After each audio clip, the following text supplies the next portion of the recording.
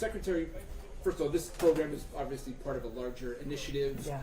In Rhode Island, there's been a number of statutes passed in recent years to try to improve climate effects, zero emissions by 2050, all EV vehicles by 2035.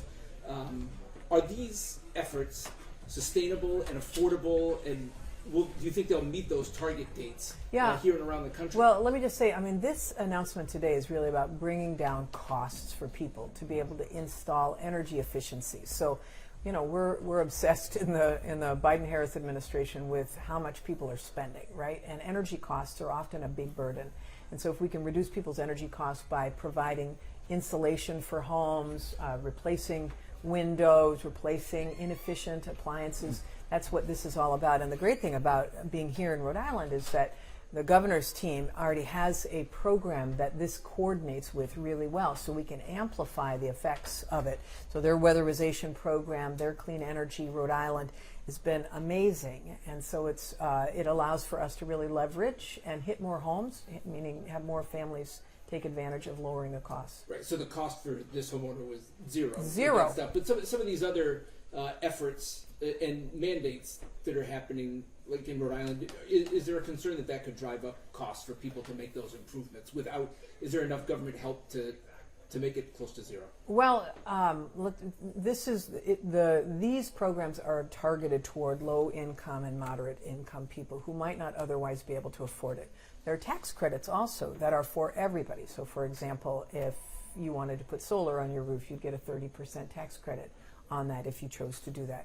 So these are incentives for all types of folks to lower their costs. And yet, is it sustainable? You bet. It allows for us to create jobs in America. It creates more of a tax base because we want these products built in America. We want these appliances built in America. We want the solar panels built in America. We want the electric vehicles built in America. And we're seeing that happen as a result of the Invest in America agenda, the Inflation Reduction Act, the bipartisan infrastructure law. 800 factories have opened up across the country to be able to employ people, over 400,000 people just in the clean energy space alone.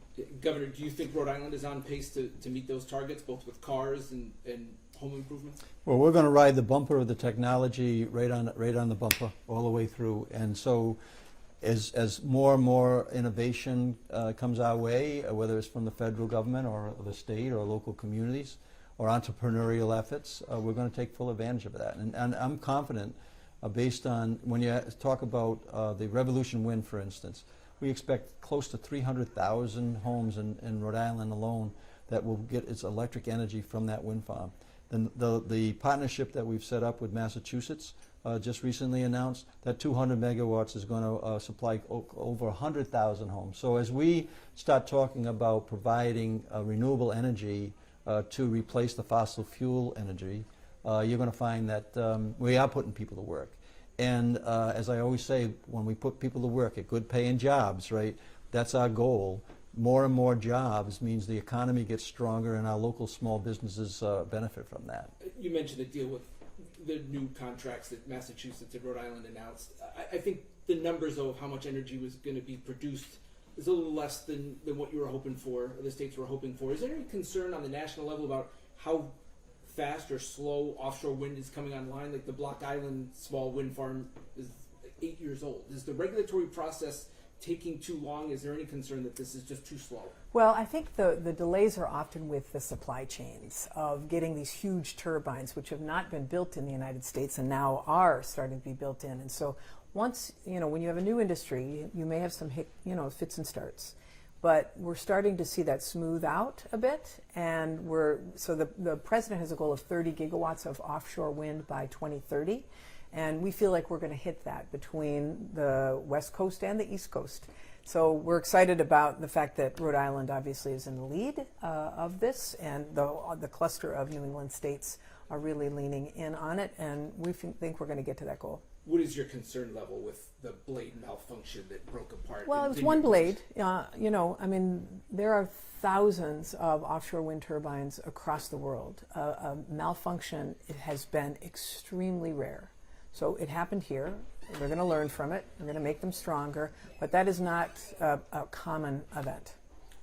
And there have been critics in Rhode Island, I think, in the fishing industry and some other folks maybe on the right, who claim that offshore wind is harmful to marine life, killing whales, turtles, stuff like that. What's your response to people who say it's actually an environmental risk? I know NOAA has come out. Yeah, I mean, the science, all we do is follow the science. We're a science agency, and the scientists at NOAA, everybody who has examined this, who knows this space, has said that is baloney. In fact, we have a malarkey corner on our DOE website that debunks sort of urban legends or legends, in this case, water legends, and that is just not accurate. It is just not the case that it disturbs marine life like that. Even though a lot of offshore wind has not been online for very long. No, but it has been. Oh, it has been in other parts of the world. I mean, we've studied, certainly in other parts of the world, there are hundreds of gigawatts of offshore wind, and it simply does not disturb the marine life like some are saying. Governor, any pause with what happened off Nantucket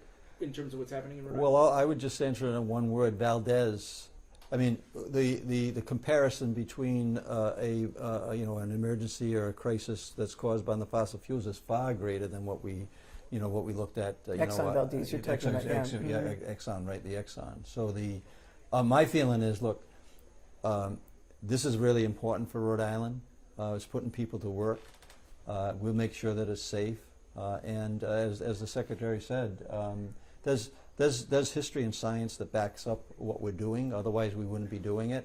But I would also add another little plug for let's get the subsidies for the states that are willing to step up, like Rhode Island has, and other Massachusetts, Connecticut on offshore wind. Let's make sure that the subsidies are equal to what the fossil fuel industry has enjoyed for a century or more, which has helped those states economically. Why not now, if this is the source of energy of the future, we should be investing in that, which would help lower the kilowatt cost if we were able to get those subsidies. Should the federal government be pushing nuclear more, do you think? Federal government is all in on nuclear. We'd like to see more nuclear reactors. We'd like to see more small modular reactors as well. We think that it's a good, clean, it is a clean source of baseload power. We have a blue ribbon regulatory regime in the United States for nuclear, so we think we know it is safe, it is clean, and we'd like to see more of it. And just on electric vehicles, I know one of the questions alluded to out there, how do you get it to the point where it is more cost effective for average Americans and that they become more ubiquitous and not the minority of cars? Yeah, I mean, so it's about 10% of cars right now, and that trajectory continues to climb. But honestly, there are models out there right now that the domestic automakers are putting out that are in the $20,000 range that you can buy or lease.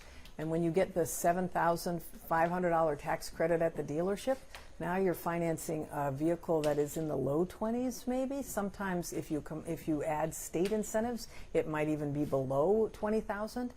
It becomes much more affordable. People should take a look at it. There's a lot of great deals out there on electric vehicles, and of course you save so much every month on fuel costs.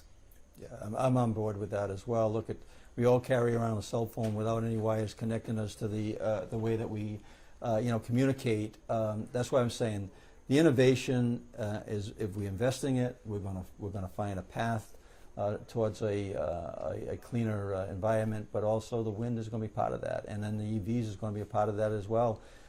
Anybody who's kind of denying that that's in the cards really is not really paying attention to what's actually happening. Good. Thank you, Secretary. Thank you. Appreciate it. All right. Okay.